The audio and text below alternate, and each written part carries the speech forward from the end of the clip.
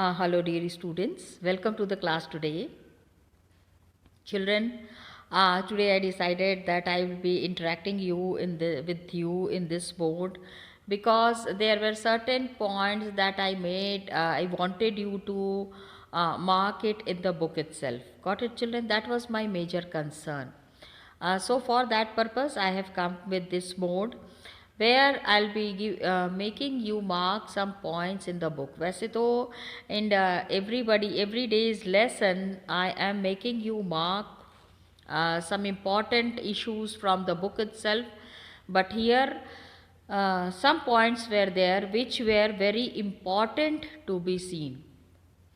तो यहाँ पे in the last video what we had discussed, we were discussing about the midday meal. ठीक है, मिड डे मील हमने डिस्कस किया. सबसे पहले तमिलनाडु ने इसको लॉन्च किया, the first state to introduce this scheme. And सबसे अच्छा काम हुआ. You know what has happened is that poor children have started coming to the school. I hope you all are very well aware of that कि गरीब बच्चे जिनको कि खाना नहीं मिल रहा था, now they are coming to the school because mothers are very free, and now the mothers want that the children who had gone to school, they should be having proper education. खाने का इंतज़ाम वहाँ पे पहले से ही किया हुआ है. So it was not a problematic issue for the mother as well. Children have begun enrolling, क्योंकि टीचर्स ने ये बताया कि enrolling and regularly attending the school. पहले क्या होता था, चिल्ड्रन वुड गो होम, बच्चे घर जाते थे एंड दे वुड से कि गुरुजी नाश्ता करके खाना खा के आ रहे हैं, and then they did not return to school.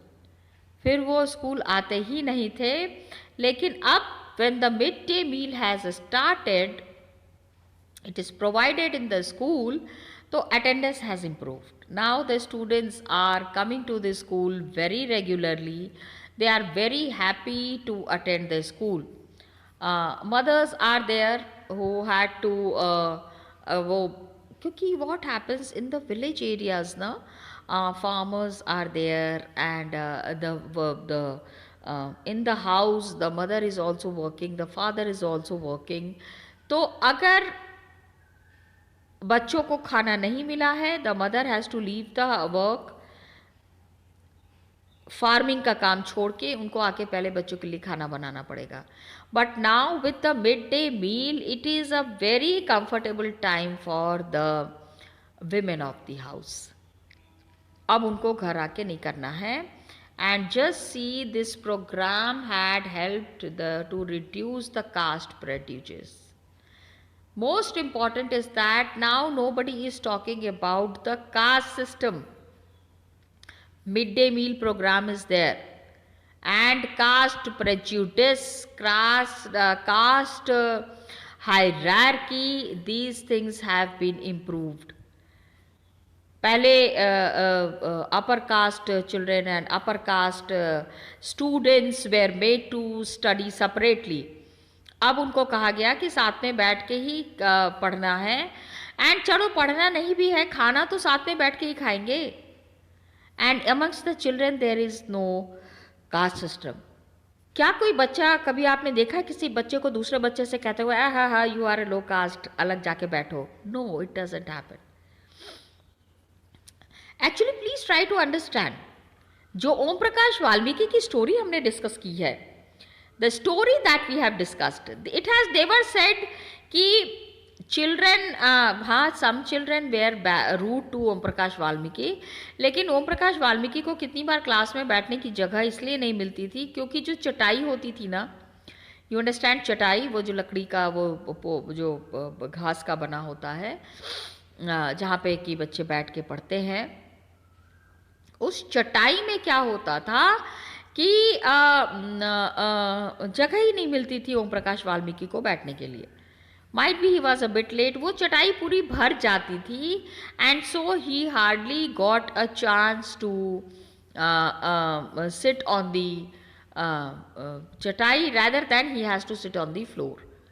तो आप whenever we are talking about equality, when we are talking about government provisions कि government ने क्या क्या इंतज़ाम किया है, what all arrangements have been made by government, तो ये मिड डे मील स्कीम को आपको बताना है. The poor people they come to school and they cannot concentrate because their stomachs are empty. Okay, now government programs जो है ना to reduce inequality and increasing equality of opportunity, there is much that still needs to be done. अभी ज़्यादा से ज़्यादा हमको करना है कि अब क्या हो गया है, mid day meal programme has helped increase the enrolment and attendance of poor children. गरीब लोगों का अटेंडेंस जो है वो बढ़ रहा है. And schools that are rich, that the rich attend, and several schools in the country where poor are attending, or the Dalit children are going to study. The poor children are attending these schools of government, क्योंकि वहाँ पे बहुत कम fees देनी पड़ती है ना. You know it very well that fees is charged very less. So that's why now arrangement has been made by the government that students should go to the school and take education. Now Om Prakash Valmiki was discriminated, treated unequally. Now these children are forced into unequal situations. बहुत ज़्यादा भेदभाव की तरीके इनसे व्यवहार किया जाता है, जिसमें कि dignity is not their dignity is not respected. People refuse to think them as equal, कि equality के लिए they refuse to accept that the education is meant for all categories of people. So people are refusing to think of them as equal even though the law requires it. Law कह रहा है कि equality practice करो, लेकिन in practice it is not happening. Okay children, I would like to you to see these questions. ये picture मैंने आपको दिखाई थी. या just see how the mid day meal is made. What is the mid day meal programme? Can you list 3 benefit of the programme and how do you think this program might help promote greater equality? Children, this question you have to answer. बगल में ही just see the question is mentioned, answer is mentioned here only. ठीक है, mid day meal scheme का answer दिया हुआ है. ये आपको यहीं से देख के आप इसको लिख सकते हैं अपने नोटबुक में. So you have to do this question, the midday meal program and the 3 benefits of the program, and how it will help promote greater equality.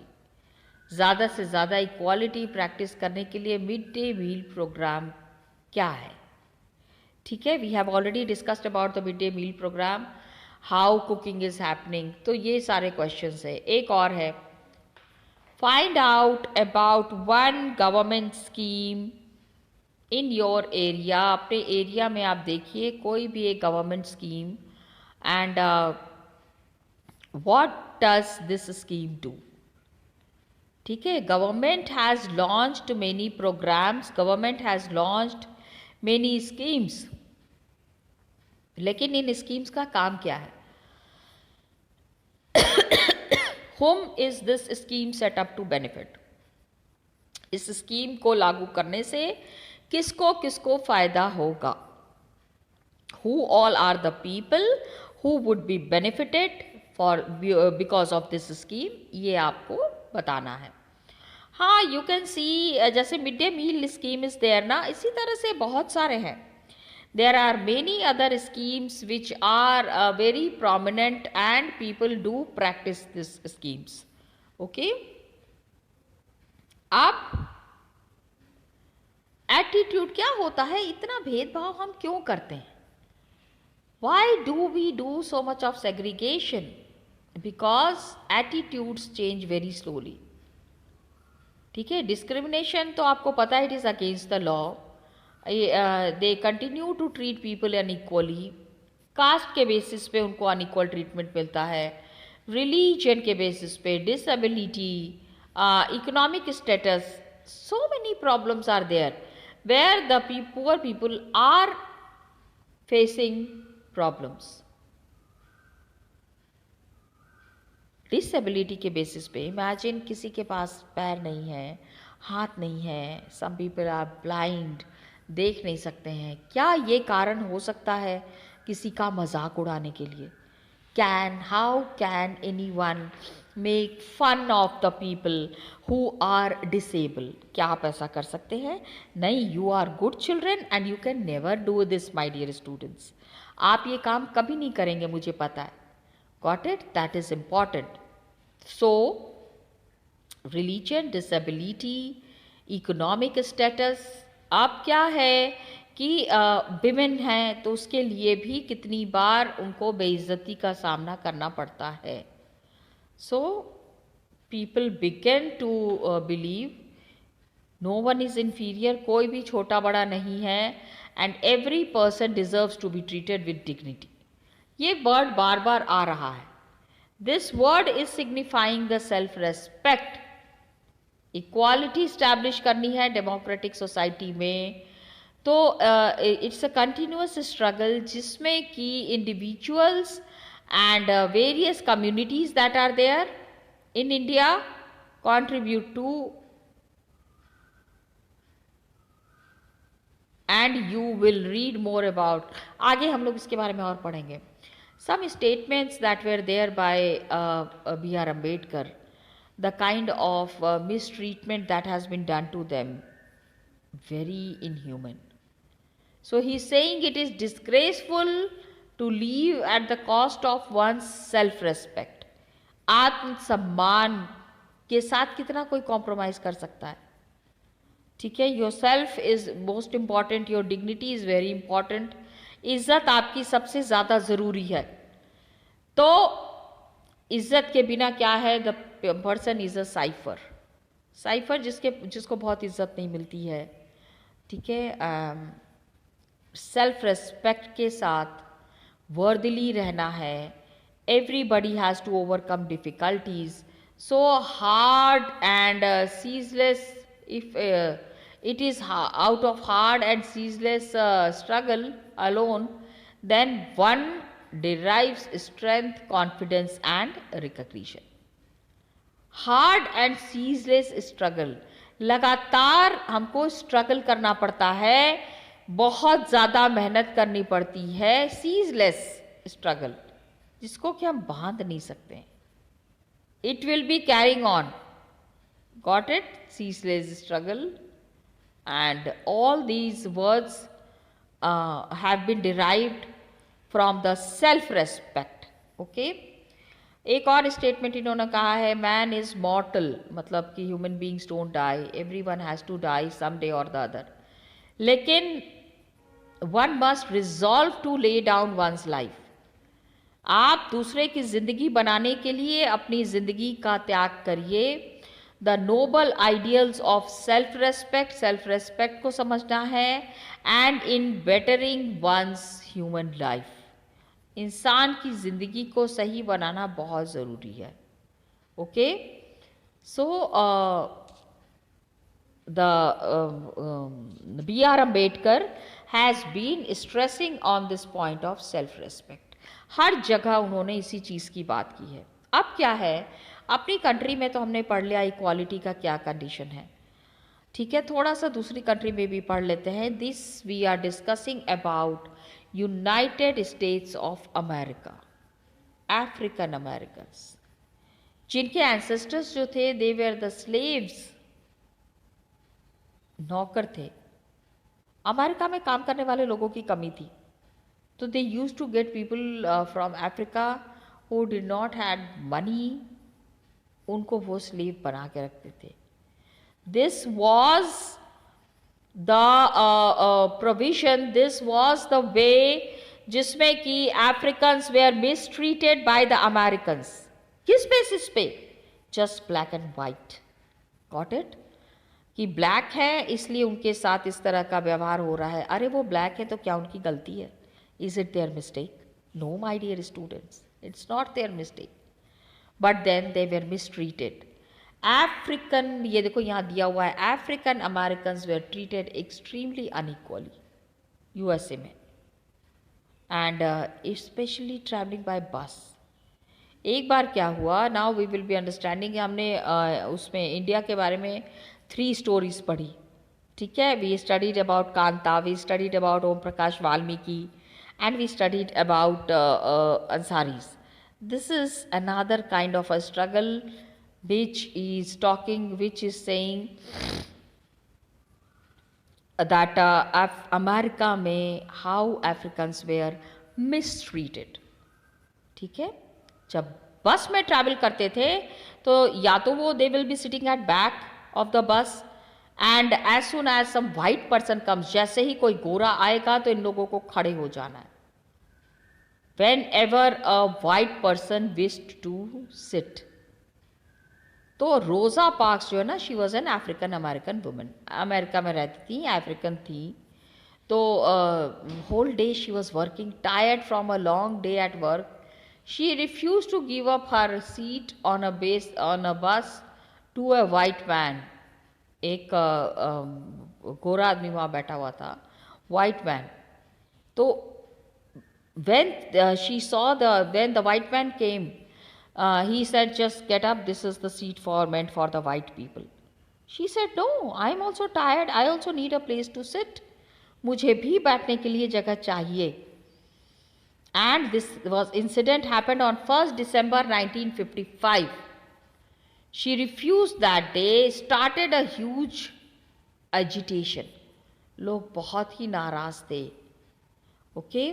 African Americans were treated in a very bad manner. तो ये Rosa Parks की picture मैं आपको दिखाना चाह रही थी। Yeah of course I will be showing it to you. African Americans and their conditions were very bad. यहाँ पे जो चीज़ आपको देखनी है, that is the civil rights movement. I have discussed it in one of the videos, civil rights movement। आपको ये date याद रखनी है, okay? How Civil Rights Act was passed, and prohibition was there against on the basis of race and caste, okay? ये some questions are here children, in questions को आपको करना है। Government policies about the midday meal program, and then India में one very big thing had happened, okay? What was this big thing? This is about the fundamental rights of the people. The basic fundamental rights of the people are to be preserved, and that is through Article 15. Abhi we will be discussing about Article 15 as well. Okay children, so come let's see that article.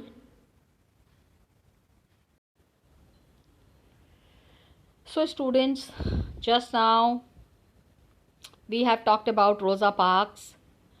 2-3 things that I wanted to show you here along with Article 15. Article 15 भी दिखाएंगे अभी.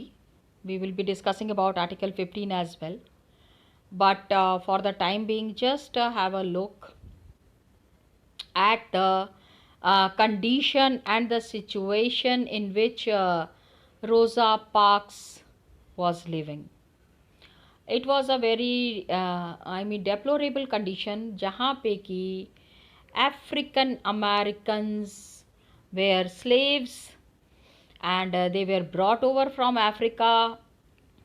आज भी उनके साथ बहुत ही unequal treatment होता है. The African Americans who are there, they are still to date, in America they are treated indifferently. Rosa Parks की यहाँ पे ये रोज़ा पार्क्स की story remember, she was born in 1913 and she died in 2005.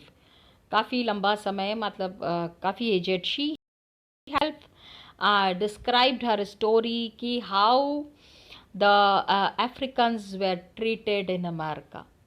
America में Africans के साथ क्या treatment हो रहा है, ये रोज़ा पार्क्स ने ही अपनी किसी बुक में मेंशन किया है. So children, you can understand कि this kind of treatment, this kind of inhumanity is not acceptable. Got it? तो she refused to give up her seat and on the bus जहाँ पे कि white man was sitting. And please remember the date, 1st December 1955. ये देखो, this is the picture of Rosa Parks. Okay, and she did not get up. ये देखो सामने की seat पे she was sitting. तो he said कि how can you sit here, just get up from here, and she refused. She refused to get up. She said कि no, she would be sitting there only, and that is how she reiterated. She opposed. कितनी गलत बात है that a lady is sitting and a man comes and tells get up from the seat just because you are a black woman. Okay, so this is there. इसके बाद जो आपको याद रखना है about the civil rights movement that was there. Children, please remember the civil rights movement that was established. A great thing that started. Civil rights, it was for the people all over the world. पूरी दुनिया के लोगों के लिए ये civil rights बना. It was not only for the people who were staying in America.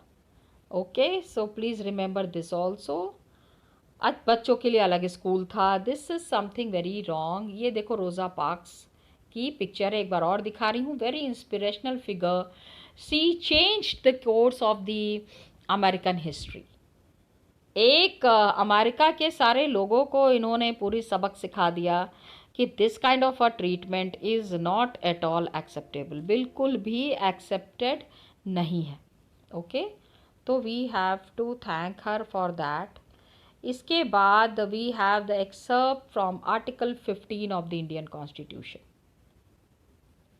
Article 15 क्या है? It is discrimination on ground of religion, race, caste, sex or place of birth. Prohibition. Article 15 हमारे यहाँ पे Indian constitution में article 15 है. Children, this you have to write in your notebook as well.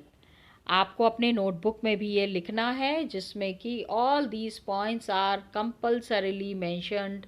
ये याद रखना, this is not political science, this is GK.